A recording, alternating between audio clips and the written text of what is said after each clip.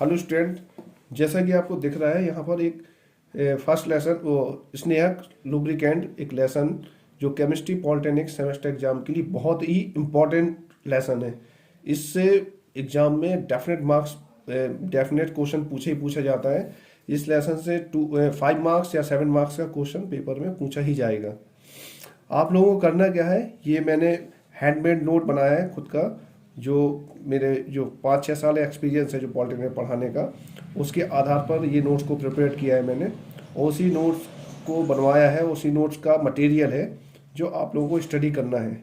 आप लोगों को करना क्या होगा कि इस नोट्स में जो आपको दिख रहा है मटेरियल हेडिंग बाई हेडिंग, वो आपको अपने नोट में कवर कर लेना है, नोट में उसको लिख लेना है, ठीक है। और इसी नोट्स की हेडिंग को हम लोग डिस्कस भी करेंगे, जिससे आप लोगों को आसानी से इसको समझने में कोई दिक्कत ना पड़े, ठीक है। तो हम लोग क्या करेंगे और मैंने इसलिए इस पेज को काफ़ी देर तक यहाँ पर रोक रखा है कि जिससे आपको दिक्कत बिल्कुल नहीं पड़े, ठीक है। जैसे आप आराम से इसको नोट को बना सकें और चीज़ों को समझ सकें। तो लेट्स स्टार्ट करते हैं कि करके हेडिंग को हम लोग किस चीज़ को क्या एक्सप्लेन करना है, कैसे एक्सप्लेन करना है। तो देखिए स्टूडेंट, आप लोगों को ये दिख रहा होगा स्नेहक, कि स्नेहक है क्या। तो देखिए स्नेहक में साफ बोला गया, देखो आपको कंटेंट पे कहाँ ध्यान देना है। वे पदार्थ जो दो विपरीत दिशाओं में गति करने वाले धातुओं के सतह के मध्य परत बनकर उनके सीधे संपर्क को रोकते हैं, जिससे उत्पन्न घर्षण तथा अन्य दोषों को कम किया जाता है, स्नेहक कहलाते हैं। इसका मतलब देखिए स्टूडेंट्स, आपको यहाँ पे समझा देते हैं इसका मतलब क्या है। इसका मतलब ये है कि जैसे आपने कोई दो पदार्थ हैं आपकी ये, तो जैसे आप जानते हैं कोई गाड़ी वगैरह चल रही है, जैसे इंजन, जैसे कोई गाड़ी आपकी चल रही है सपोज करो, तो गाड़ी के दो पार्ट्स होंगे और दो पार्ट्स के जब घूमेंगे, ये पार्ट्स मान लो ऐसा घूम रहा है आपका, ये पार्ट्स इस तरह घूम रहा है, तो उसके बीच क्या लगेगा आपका, फ्रिक्शन लगेगा। तो फ्रिक्शन मीन्स घर्षण। जो घर्षण लगेगा, इस घर्षण को रोकना ही क्या है, किसका रोकने का काम ही क्या है, लुब्रिकेंट। यानी लुब्रिकेंट है क्या एक्चुअली में आपका, कि सीधे संपर्क को रोकते हैं, यानी ये दो पार्ट सीधे संपर्क में टच ना हो पाए, उनके बीच क्या आ जाए, थोड़ा सा गैप रहे, यानी उसके बीच जो गैप को कौन भरेगा, लुब्रिकेंट भरेगा।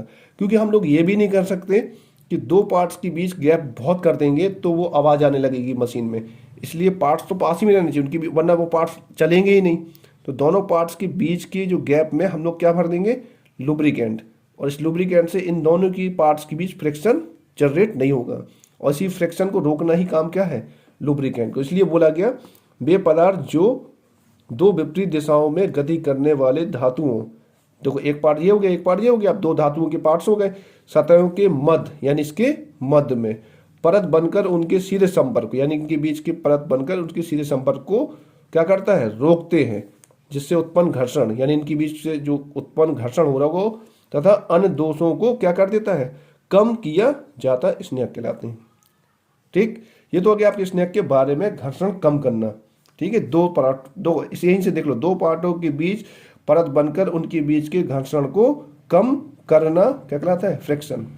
अब बात आई स्नेहक के कार्य, तो देखो ये क्या कहता है, दो पार्ट्स के बीच के रगड़ने वाली धातुओं की सतह के मध्य घर्षण को कम करता है। तो ये बात तो तुम्हें दिख ही रही है यहाँ पर, ठीक। ये दूसरा, ये मशीन के पुर्जों का संरक्षण करता है। भाई सीधी सी बात है, अगर दोनों पार्ट्स के बीच घर्षण नहीं होगा तो उनके पुर्जे ज़्यादा लंबे समय तक चलेंगे, तो उसका संरक्षण भी कर रहा है।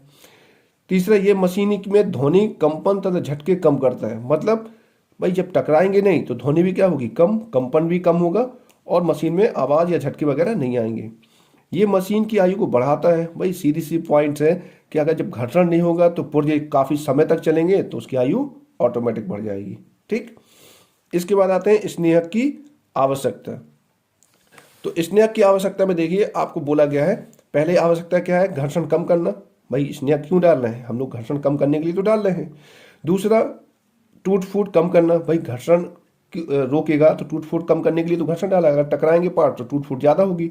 मशीन की आयु बढ़ाना, ये बात भी सही है, क्योंकि मशीन की आयु बढ़ेगी। ऊर्जा की बचत करना, देखो जब बर्तन बार बार टकराएंगे तो मान लो इसको ऐसे घूमना है, इसको ऐसे घूमना है, तो अगर ये टकराएंगे बार बार तो इनकी ऊर्जा क्या है, वो क्षय होगा। अगर टकराएंगे कम, घर्षण कम होगा तो क्षय क्या होगा, कम ऊर्जा का। इसलिए ये क्या करता है, ऊर्जा की बचत भी करता है। अशुद्धियों को पृथक करना या कम करना, अशुद्धियों को पृथक करना या कम करना। पार्ट्स में क्या होता है, लुब्रिकेंट डालने से जैसे यहाँ धूल वूल वगैरह लग जाती है पार्ट्स में, तो लुब्रिकेंट क्या करता है, लुब्रिकेंट उस धूल वूल को इकट्ठा अपने में इकट्ठा करके थोड़ा सा क्या करता है, साइड कर लेता है, यानी उसकी अशुद्धियों को भी क्या कर देता है, दूर कर देता है ये। ठीक, तो ये तो हो गया आपका तो आप लोगों का ये पॉइंट। ठीक है, अब आते हैं अच्छे स्नेहक की विशेषता। तो देखिए अच्छे स्नेहक की विशेषता में क्या बोला गया, उसने बोला एक अच्छे स्नेहक की श्यानता मशीन के अनुरूप होनी चाहिए। ठीक है, ये बात बोली है। जैसे उसने कहा भारी तथा कम गति से चलने वाली मशीनों के लिए अधिक श्यानता होना चाहिए। देखो उसका कहने का अर्थ क्या है आपका, उसका कहने का अर्थ ये है कि ये भारी तथा कम गति से चलने वाली, जैसे भारी का मतलब आपकी कौन सी मशीन हो गई, जैसे बड़े बड़े व्हीकल्स हो गए, जैसे क्रेन मशीन ये सब, तथा कम गति से चलने वाली मशीन के लिए अधिक श्यानता, तथा हल्की एवं तेज गति से चलने वाली मशीनों के लिए कम श्यानता वाला स्नेहक प्रयोग करते हैं। पहला पॉइंट। अब इसको देखो आप समझ लीजिए, इसका कहने का अर्थ ये है कि जैसे कोई बड़ा व्हीकल्स है, जैसे ये पिस्टन लगा है, बड़ा सा पिस्टन, और पिस्टन के बीच ये पिस्टन बार बार बाहर आ रहा है, मतलब ये पिस्टन बार बार अंदर भी जाएगा। ठीक है, ये पिस्टन में अंदर जाएगा बाहर भी जाएगा, तो यहाँ हमने लुब्रिकेंट लगा दिया। क्या लगा दिया, लुब्रिकेंट। तो लुब्रिकेंट जो लगाया हमने उसकी विस्कोसिटी यानी श्यानता जो है, श्यानता क्या होना चाहिए, ज़्यादा होना चाहिए। इसका मतलब आपका जो लुब्रिकेंट वो तेज़ी से नहीं बहना चाहिए, क्योंकि ये स्लो पिस्टन घूमता है, तो ज़्यादा तेज़ राउंड करता नहीं है ये पिस्टन, और जब ज़्यादा तेज राउंड पिस्टन नहीं कर रहा है तो लुब्रिकेंट की बहने की क्षमता क्या होनी चाहिए, कम होना चाहिए, अर्थात श्यानता क्या होनी चाहिए, ज़्यादा। इसलिए उसने कहा है कि भारी तथा कम गति से चलने वाली मशीनों के लिए अधिक श्यानता होनी चाहिए, और हल्की एवं तेज गति से चलने वाली मशीनों के लिए क्या क्या होना चाहिए, कम श्यानता होनी चाहिए। कम तेज गति से कौन चलती है, जैसे सिलाई मशीन वगैरह होती है, वो क्या होती है, बहुत रफ्तार से चलती है आपकी, बहुत जो, तो उसमें लुब्रिकेंट जो डालेंगे उसकी श्यानता क्या होनी ज़्यादा। जैसे आप लोगों ने देखा होगा कि जो मशीनों में चलती हैं वो तेल के द्वारा चलती हैं, तेल डालते हैं हम, उसका वो तेज़ी से बहता भी है वो लुब्रिकेंट। और हैवी मशीनों में तुमने देखा होगा ग्रीस डालते हैं, ग्रीस थोड़ा गाढ़ा रहता है, इसलिए कहा गया कि जो ग्रीस होगी उसकी श्यानता ज़्यादा होगी, और जो तेल होगा उसकी श्यानता क्या होगी, कम होगी। इससे क्लियर हो रहा है कि भारी, बस ये वो पॉइंट बहुत इंपॉर्टेंट पॉइंट है, याद रखना कि भारी तथा कम गति के लिए विस्कोसिटी ज़्यादा, और तेज़ी से चलने वाली और उसकी गति, उसकी तेज़ी से जो चलेंगी उनकी गति क्या होना चाहिए, तेज़ गति होना चाहिए, और उसकी विस्कोसिटी क्या होनी चाहिए, कम होना चाहिए। बस ये पॉइंट। दूसरा देख लो, स्नेहक की श्यानता तापक्रम को बढ़ाने पर कम परिवर्तित होना चाहिए। उसका कहने का अर्थ ये है कि भाई ऐसा ना हो कि मान लो जैसे आपने मशीन, मान लो यहाँ पर गाड़ी चला रहे हो आप, और आपको बोल दिया गया कि आपको ये वाला तेल इस्तेमाल करना है, तो यहाँ का मान लो टेम्परेचर कम है, और अचानक यही गाड़ी दूसरी जगह पहुँची, वहाँ टेम्परेचर और ज़्यादा है, तो ऐसा नहीं कि आपका जो ग्रीस है वो या लुब्रिकेंट है वो पिघल जाए, और वो पिघल जाएगा तो उतना काम नहीं करेगा, ज़्यादा टाइम तक काम नहीं करेगा। इसलिए ये पॉइंट इंपॉर्टेंट है कि तापक्रम बढ़ने पर श्यानता पर कम परिवर्तित होना चाहिए, यानी एकदम से चेंज ना हो जाए कि एकदम से बहने के गुण क्या हो जाए उसका, यानी विस्कोसिटी एकदम से कम नहीं होना चाहिए। ठीक है, थोड़ा बहुत चेंज हो। इसके बाद लिखा है इसमें अम्लता नहीं होनी चाहिए।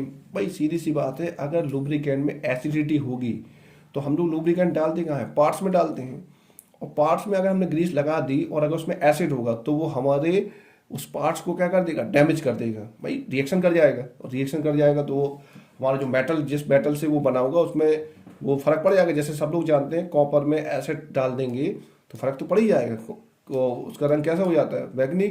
ठीक है, तो ये पॉइंट्स, ठीक, तो इन सब चीज़ों को ध्यान पे देखकर हम लोग आइडिया लगाते हैं। लास्ट पॉइंट है इसकी वाष्पशीलता कम और फ्लैश पॉइंट ज़्यादा होना चाहिए, और फ्लैश पॉइंट तथा बहाव बिंदु अधिक होना चाहिए, ये पॉइंट बोला गया इसमें।